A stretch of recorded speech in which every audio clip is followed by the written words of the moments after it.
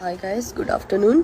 मुझे कुछ बोलना है, तो मैं इतना ही मैसेज देना चाहूँगी उन लड़कियों को कि आपके ऊपर कोई भी एक छाता तक मारे या आपका गर्दन तक पकड़े तो वो आप सही है मत, आप तुरंत जाके पुलिस कंप्लेंट करिए। प्यार में ये सब चीज़ नहीं होता है, चाहे वो मैं हूँ या आप हो। किसी की भी ऊपर अगर ऐसे तरह के जुल्म होते होंगे तो उस रिलेशनशिप में आप मत रहो, और ना कभी ऐसे बंदे चुनो जो आपके ऊपर एक हाथ उठाए, क्योंकि हमारे माँ बाप हमें पैदा करते कभी हमारे ऊपर एक आँच नहीं आने देते, और हम जिनसे प्यार करते हैं वो हमें मारते पीटते हैं।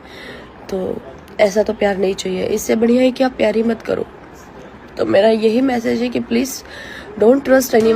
देखिए दोस्तों, अब खबर निकल कर सामने आ रहा है कि अगर समर सिंह निर्दोष हैं तो फिर अपना घर छोड़ के कहाँ भाग गए हैं और क्यों भाग गए हैं, और अपना मोबाइल भी स्विच ऑफ क्यों किए हैं। समर सिंह को लाइव आना चाहिए और कुछ नहीं कुछ बोलना चाहिए। इस पर आप लोग क्या कहना चाहेंगे? कमेंट बॉक्स में कमेंट करके जरूर बताइए।